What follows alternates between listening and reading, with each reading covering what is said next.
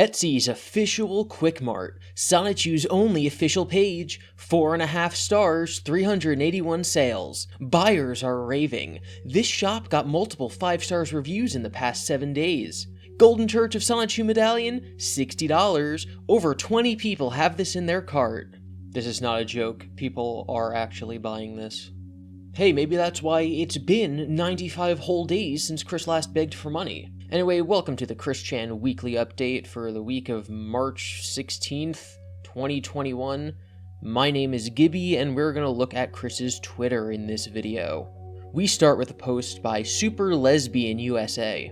Deceased artist Christian Weston Chandler designed Sonichu with the intent to celebrate being super straight. Trolls attacked Chris for years, trying to force his characters into unwanted sexual situations. Sonichu and Rosechu to this day are super straight in over 890 dimensions. And then there's some troll art. Sonichu and Rosechu, super straight and proud. And then Helena quote tweets this and says, "Deceased? Question mark, question mark? Chris, I'm not dead." Although I think that I think they're arguing that Christian is dead and that his name is Christine now. But Maytera says, "Can't you, not die, being a goddess and all?" That is correct. Chris has said multiple times that he's immortal. "It depends on the divine providence." No, it doesn't. He said that he's immortal. It's fine. "But this is the goddess of all OCs. That means infinite power times infinity times 2 trillion, right? Nah, only the OCs of their universe. Christine doesn't understand multiverse theory. Each universe is separate, even if it's basically a mirror of another. Connecting them shatters them and builds something new, destroying both universes in the process. Luckily, we're safe." What? "How dare you! We do understand what there is to know about multiverse theory and facts. You are not as in tune or sensitive to the things as we and other psychics in this universe are. Back off if you can't see past the end of your nose, dude." Did I hit a nerve, goddess, or are you afraid of another creator calling you out? "I fear you not. In this instance where I would be a mirror to you, it is actually you who is afraid of being called out by yourself." I don't know who's making less sense here. So yeah, Sonichu and Rosechu canonically super straight. Yep, makes sense. Okay, so Rosario Reyes jumps in. She is a known troll, and she says, "Really? By the way, how's that taser thing coming along? I'm just going to enjoy the show, because this stunt is going to bite you right in the..." And then Argony jumps in. "Let's not wish any physical harm, Rosa. That's not cool." "Well, don't say I didn't warn him. He'll be sorry eventually." "He'll eventually be sorry." "Oh yeah, it's a stupid idea." And then we get Chris talking again. "Every single word you..." The 13 Collective is Argony's handle. "Every single word you speak only exists and happens in a super distant universe within a super distant dimension, apart from this one, so as far as I am concerned, you may go there and stay there. Also, I consider you a spray-painted mirror with no reflection." Alright, we're going to look at Sonichu's latest comic. We have Chris Chan Sonichu saying, "As a goddess, I can perform miracles." And then this OC says, "Show me one then." And Chris says, "But I am too tired. I need to recharge." Yeah. That seems about right for Chris. And then Chris comes back with, "You all know how difficult it is to manifest in this universe? I literally can, and have done, and presently do, manifest many miracles in this universe, C197 and then some. It puts a whole massive amount of pressure on not only the brain, but all of the chakra points and the soul. This universe, 1218, is very restrictive, because the magic that was fully in the universe left when 1218 and C197 were separated back in the Middle Ages by the order of King Arthur and the other kings in that collective, because they were sick and tired of dealing with dragons, magic, and miracles. That is correct. The two universes were one universe, and now they are recombining in the dimensional merge. This is required, and it is a collective task between and just about all of the other psychic and magic types of today, in both 1218 and C197. And even the deities and all overpowered types have been working on this merge for about over a century or so. I have been literally pulling more than my weight interdimensionally, intergalactically, and so on. If you want validation for yourself, stubborn cynics, consult with the expert psychic with tarot cards, communication with other dimension and other realm beings, or anyone else with the very high sensitivity to the cosmic events. They will tell you the same thing that I, and Sonichu Prime, who will never ever become Sonichu, that guy is accessing a distant alt dimension on its future timeline, have time after time and again have been telling all of you. Consider it a challenge amongst you lot. That is aside from the genuine, kind peoples and supporters who actually do understand and get this situation. Me and every other psychic and magic and high-sensitive types in the universe. Thank you all. The Magician, it's a tarot card. So, Sonichu made a joke that Chris is lazy, and Chris says, don't you know how hard miracles are in this dimension? But I do them in the other dimension, despite the fact that the dimensions were once the same, so I don't really know. He talked about the King Arthur thing a couple weeks ago, so that's been known for a while. Zippy Doo Zane drew a parody of Sonichu, and he's fat. Chris says, that art style is dark reminiscent of this guy, the creator of Ren and Stimpy. New official canon Sonichu design. He spelled canon wrong. And he has Sonichu doing a bam, and he's super thin, and he's got some straps on him and gloves. And Chris says, I do believe you have just met Time Chew. He has the ability to travel through time. Time Chew is a Sonichu with technical knowledge and skills. He ended up being exposed to an energy force that triggered his own time particles, making him unstable. Making him unstable to stay in a timeline. I think that's supposed to be unable. It does make him unstable, but it's supposed to make him unstable and thus unable to make him stay in a timeline. He crafted a device that stabilizes him and allows him to jump forward and back in time, as well as slipping into and out of 1218, C197, and local dimensions in this exact timeline. This one was born in Australia and speaks with a surfer dialogue. I'm not very good at other languages, but I'm pretty sure that the accent means that this would be pronounced like Tamechu, something like that. Definitely not just Time Chew. Sorry, I was going to just go on and skip this, but this comment, I don't understand. Oh my god, is that Krishna in your profile picture? No, it's Christian Sonichu. You are the rupee of my heart.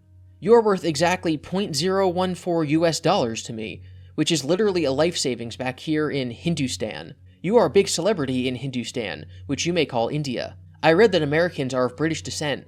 I really have nothing against British people. They are probably just like Indians too. But please come here and rule again. JK, we do not want the British to rule again. We actually like our sovereignty. But you can come to my local temple and worship to Vishnu with my peoples, and maybe teach us about your religion too, Miss Christine. Sorry if I made any typos. I'm not a naive English speaker like you. We can eat pork in Kashmir together on a religious mission between India and your dimension. I forgot what it was called, C1 something something? Or is that our world? But we would love to see how it relates to the Hindu belief of reincarnation. What will I be in the merged universe prophet, Christine? I am very intrigued by your intellect and beliefs. You are truly a modern scholar, but from what I can see, your country is so blind. I need to feed the cows. India loves you. So this is obviously a parody of Indian people. No real Indian person would actually say that. I'm wondering if it'll tell me who liked this. It's probably Chris himself. This account is just weird. Alright, we got some more fan art. Dark Wolf Knight. I caved and started making a Sonichu OC. Ooh, stunning. Smiling, lightning, heart lightning. We got Nova. I kinda want to make one too. Can it be any Pokemon or only Pikachus? Chris says, Sonichus and Rosechus are their own species, even though original genetics are from the Pikachu and Hedgehog species, but you may put a splash of another Pokemon into a Sonichu or Rosechu OC if you wish. Be creative. Alright, we got the next comic from Sonichu. This OC still don't know who all these guys are. They say, I am the best Sonichu ever, better than Chris and Sonichu together, and then Sonichu rushes in, and this guy continues, I also heard Sonichu has a small peen, and then Sonichu zaps him. Chris says, cocky egos are not cool, and tough talk from such a uniquely designed individual. Let me offer the person who made up this joke a bit of advice. Find humbleness in yourself by handwriting a list of all of your self-judgments and criticisms. Appreciate it fully, then let it go into the void. Chris, you do realize you probably have one of the biggest egos in the entire Sonic fan base, right? A lol. Any self-confidence I had over 7 years ago was without total self-love, as I did not really have confidence in myself, but constantly sought guidance from others and shared my love and kindness with others, mainly to be met by those who took major advantage and did wrong, harm, deception, and blackmail unto me. And then he links the definition of ego. So the first two are from Freud's, like, ego, like the self. The real definition would be conceit and self-importance. For you see, I genuinely did not have a full awareness of myself. I was blindly lost, wandering a carnival of life, looking for myself without totally realizing it. How could I have an ego if I never had real self-confidence or self-esteem within myself that was being used properly in this universe here? I'd need to really meditate and look deepest within myself and fully comprehend my bigger flaws way back then, but better late than never, especially when I began to become fully woke eventually along the way. But that's just the definition of ego. All he's saying is that he's wrong. He was egotistical, but he is now realizing that that was a bad thing back then. And so now he's saying that he's not egotistical, so now he's saying that he's perfect, so he's being egotistical again, just in a different way. All of the signs were around me between both of our universes, but I was caught up in a doomed-to-fail experiment of searching for a significant other with my aura that was still needed to be made whole and found. But between 2014, when I found myself, and in the days to come along the way, I found myself more and more, and I really found myself, who I always have been, and could have recognized a lot sooner in this present life. Ask any offline level 100-ish psychic in this universe, and even the cynics who have loosely commented of my going to the other universes to get away from the pains and struggles of this one, and they all will find and appreciate that I have worked myself off interdimensionally since the day I was born in this universe back in 1982, and then some. I offer you the sound meditative advice that I, too, am in the active role of doing, looking deep and realizing my self-criticisms and judgments, and letting them go. I heed you, and everyone else who has been feeling lost in their lives, including all with the mistaken fetish of hatred. Go on your own soul search for yourselves, respectively. The Dimension Merge, aka the Collective Shift, there's a new name for it, as it is known more so by all psychic and magic types and cosmic sensitive, continues, and all of you have been experiencing it the whole time. Okay, so the Dimension Merge is also called the Collective Shift, and he's saying that he couldn't have been egotistical in the past because he's now realized the error of his ways. And I don't need to explain why that doesn't make sense. Chris-Chan trolls are equally as pointless annoying as Chris-Chan weens. Both of you are harmful and pathetic and need a hobby. I can teach you how to knit if you want. It's much more productive. Yawn. That's some true facts, and Chris retweeted it. G Fuel tweets, 90s kids will remember, # Throwback Thursday. And Chris says, well, I was born in 82 and G Fuel wasn't introduced until 2012, so the statement of 90s kids remembering it existed is a real bootstrap for anyone who lived back in that day. Chris hidden us with the G Fuel lore. We're all gonna make it. Before, after. This is tweeted by Adam. And Gino Samuels, is this the real Gino Samuels account? It is. Gino Samuel says, dude, no way, is this real? Chris, it's fake. I'm crying, the crossover we all never expected, but nonetheless craved, within the depths of our souls from the moment of conception. I'm blessed. And Chris says, oh please, like Ryan Reynolds could portray a trans woman and goddess who used to be shy as... often felt lost in life in this universe, due to their paths not being very clear for a time, lacking self-esteem, self-confidence, and having never really looked into themselves. Besides which, you'd need a woman actor to play as post-coming-out me if such a film were to be made. Is that Ryan Reynolds? I don't think that's Ryan Reynolds. And are you saying that Ryan Reynolds does not have the acting talent to portray someone who's shy, to portray Chris Chan? Not to start this whole can of worms, but if you were doing someone who was like, trying to portray like a real life person who's trans. So like, let's say you get a male actor, right? You get Ryan Reynolds and he's playing Chris, and then Chris transitions. You would keep the same actor, so that means that Ryan Reynolds would have to just like, you know, play a feminine version of Chris. A lot of people would say that you should cast a trans actor in that role for representation and stuff. But then the trans actor would have to, for like the first 3/4 of the movie, would have to play against their gender anyway. So that's actually, that I've never thought about that before. It's interesting. So going off the Chris, it's fake message, it's pretty obvious that it is. I think Gino was just joking, lol. We all know what you really look like. And Chris says, I knew he was joking. I was playing along with the gag and making a valid point from my perspective. No. Playing along with the gag would not be saying it's fake. It would be playing along and saying it's real. Alright, I know this is what you're all here for. It's the new Blorms. It's My Little Pony G5. Okay, we have Chris's Change.org petition. Please, help keep our universe here and our Equestria from falling apart and sign this petition to cancel My Little Pony Gen 5 right now and today. Listen up at Hasbro. Alright, so this petition was not actually made by Chris. It was made by Mixmaster226. Chris has just signed it, as have 151 other people. Cancel, postpone Generation 5 My Little Pony. Let's read.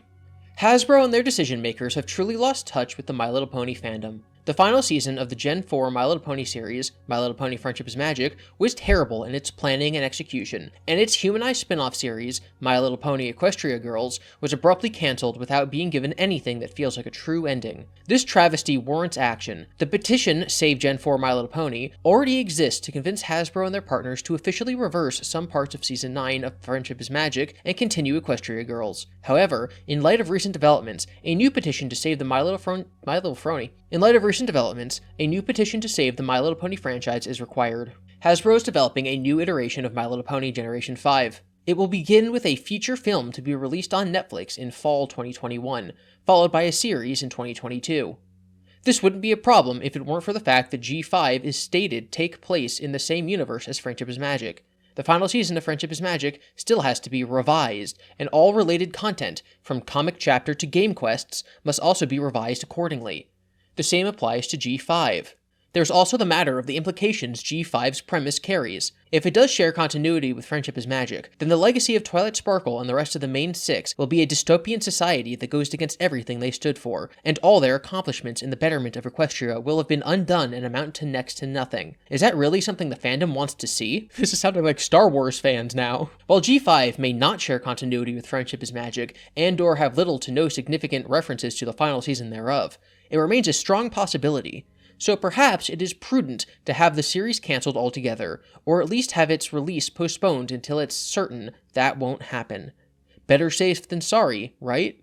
Besides, it's not like G5 will ever be able to succeed Friendship is Magic in scope or popularity. In doing this, G4's ending can still be revised and its legacy will be spared from further ruin. It shouldn't have had to come to this, but Hasbro's actions have left little room for alternatives. They have brought this on themselves. I just kind of want to scroll through the reasons for signing. Who cares about G5? We want Equestria Girls Season 3 with the Shadow Bolts from Crystal Prep. I just want Equestria Girls Season 3 and a tickle scene for Saitwai and her laughing on screen when that happens. That is what what? My penis itches. Oh, Liquid Chris, do not sign this petition. G5 will save Friendship is Magic and Equestria Girls. If they don't make this show, then we will never get the bad taste of Season 9 out of our mouths. G5 will prevail. Why is it 3D? New horse bad, only old pony good. This person thinks that Chris wrote the petition, which again, he didn't. I want to see horse penis. Oh, it's Sonichu. Mama, why don't you use your CPU deity powers to stop G5 from happening? Did your training from our body swap the last year not help? Looks like you have no control over the merge at all. Sad-faced lightning. Here, I think this is the real Chris. I don't want this. All right, back on Twitter, we got some more fan art. This is of Roberta Sonichu. Sonichu and Rose Tree's trans, male to female daughter. Chris says, oh my yes, trans pride. I love this, and I love our Roberta Sonichu. Thank you. Someone drew Sonichu getting the Chaos Emerald. Happy late birthday, Kristen. Huh. My son got a Chaos Emerald. Christian, this is urgent. In short, men in black suits told me last night that you need to fill in your dimensional travel merge license so you can travel and merge legally. And then he typed up a whole document about it. And Chris really likes this reaction image where this guy's thinking and then goes, oh, you're lying, I get it. It's from Ben Sane's comic. And here we go, Chris linking to the golden $60 medallions. Own today the rarest run of medallions to date. I don't think that's true. I am fairly certain that the Wakanda medallions were rarer, but I have to get fact-checked on that. The Wakanda medallions were ones that were left in the oven too long, and so they were burnt, and so they're black. And get access to the glorious Golden Church of Sonichu server on Discord. Okay, so remember Iponasu? I just keep calling him Pot Chew. He says his OC's name is Blaze Bob. That's actually the name of a Sonichu from the comics. One of Chris's girlfriends, he believes, died in a fire, and so in the story, their apartment catches on fire, and she throws her two Sonichus out, and so they survive. And one of their names is Blaze Bob, so that's actually already a canon Sonichu. Technically, this one is Blaze Bob Marley, whatever, but at least I don't need to keep calling him Pot Chew. My OC, Blaze Bob Marley, hanging out with the one and only Sonichu. Want the best smokes in Quickville? Head to him. Even Sonichu agrees. Thank you, Mayor Chris, for bringing grass to Quickville. Chris says, I give you a like, because it's good art. But, so you know, Sonichu Prime, my son, is not a smoker, but he tolerates it when being around them. He really appreciates the poetry and good vibes from such high folks. Rosie likes the poetry and good vibes too. Their refreshment is decaf. Alright, and the final tweet for this week. Chris has tweeted out a picture of his watch, as his little crystals on it, because of course he does. March 15th, 6:34. You know you're going to have a long day for a fated reason when you've got your 6 hours of rest, 6-2-1 rule, and you actually felt like sitting and waking up early this morning. So Chris lives his life, apparently, by the 6-2-1 rule, which is not something you should be living your life by. The 6-2-1 rule is just for when you go to a convention, like Comic-Con or PonyCon, I don't know. You're supposed to get 6 hours of sleep, 2 meals, and 1 shower per day. You can't live your whole life like that. Well, I mean, you can. Chris shouldn't. A normal person shouldn't. That's for when you want to be awake for as long as possible to get the most out of your weekend convention. Chris obviously does not understand that. I actually don't know what's funnier, the fact that this is the first time in a long time I got up this early, or that I made a hashtag out of the 6-2-1 rule, or how fated this rise and shine is feeling to me and strange to everyone else. LOL. I just checked and he's actually not the first person to use that hashtag. The 6-2-1 rule is for conventions only. Everyday life should really be more like 6-3-1, exactly. This person nails it right in the head. This is just another instance of Chris misunderstanding and taking all the wrong lessons from a situation or comment. You do this at a con to maximize your time inside. You don't do this every day. That's not enough sleep or meals. And then this person asks, what's the 6-2-1 rule? And Chris says, the 6-2-1 rule refers to making sure you get what is necessary, typically during trips to conventions. Thank a Voice of Reason and other bronies and Pegasisters for coming up with it. At minimum per day, 6 hours of rest, 2 meals, and 1 shower. And that's to round this off, I gotta highlight this one tweet. This is from MKR, who you'll know is a white knight who's been defending Chris for a very long time. In response to Chris saying that he would gladly taser himself because he is made of electricity, MKR officially gave up on helping Chris. She tweeted, "You know what? I'm done. F you. I'm not going to pretend anymore, and I'm not going to sit by while you play with stun guns and these dumb teens. Have fun babysitting yourself. I doubt you'll even care." As far as I know, Chris has not responded to this. After she tweeted this, MKR deleted her Twitter account. And that is it for the Chris Chan Weekly Update. You can follow me on Twitter for more updates at GiBi_Devin. Thank you for watching. Thank you for subscribing. I got more subs this last week than I usually get in, like 5 months. Probably because of the iceberg video and a couple other things. If you haven't seen that, I'll have it linked below. I really like it. I am working on a very long Chris video that should come out soon. I actually had to stop doing that to make this weekly update. So if I don't have, like, Absurds videos out, that's why. But just in general, thank you all for the support. It means a lot. And I will see you in the next video.